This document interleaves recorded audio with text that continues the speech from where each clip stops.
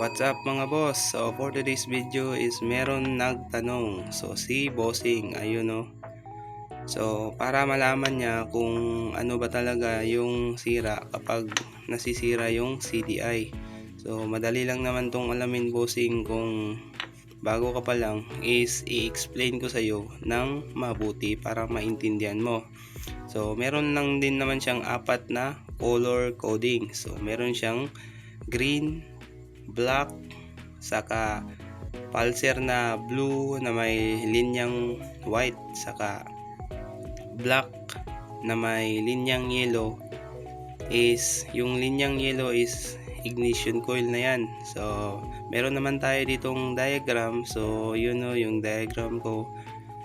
So una-una natin gagawin is yung solid green. Yung test light mo ilagay mo sa positive ng battery. Kapag tinislight mo yung green, kapag umilaw yan, ibig sabihin good yung body ground ng gagaling sa CDI mo.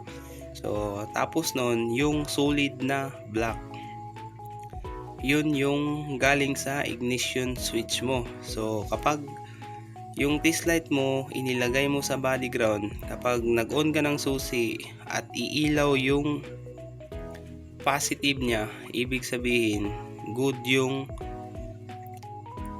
solid na black.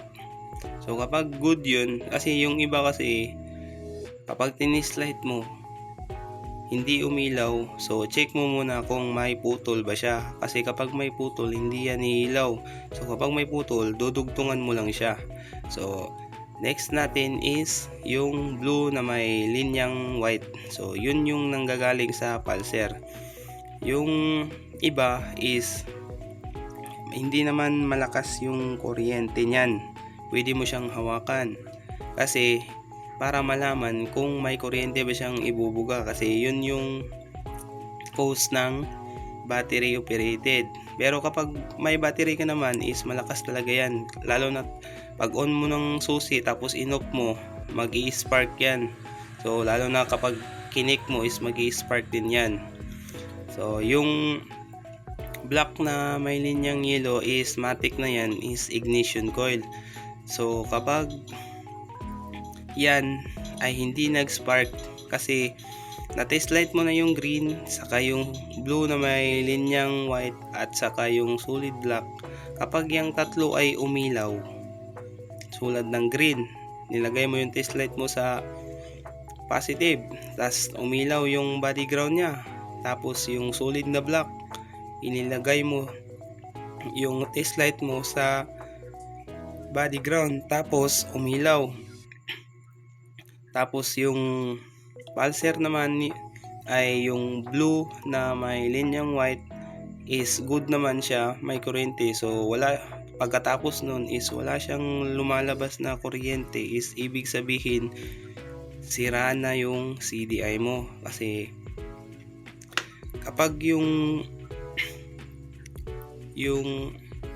black na may linyang yellow is walang lumalabas na kuryente, kapag kick-start mo, yun kasi yung labasan ng kuryente. Kapag 4-pin CDI, yun yung labasan papuntang ignition coil.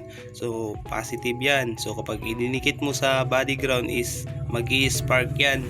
So kapag walang spark, check mo muna kung wala ba siyang putol.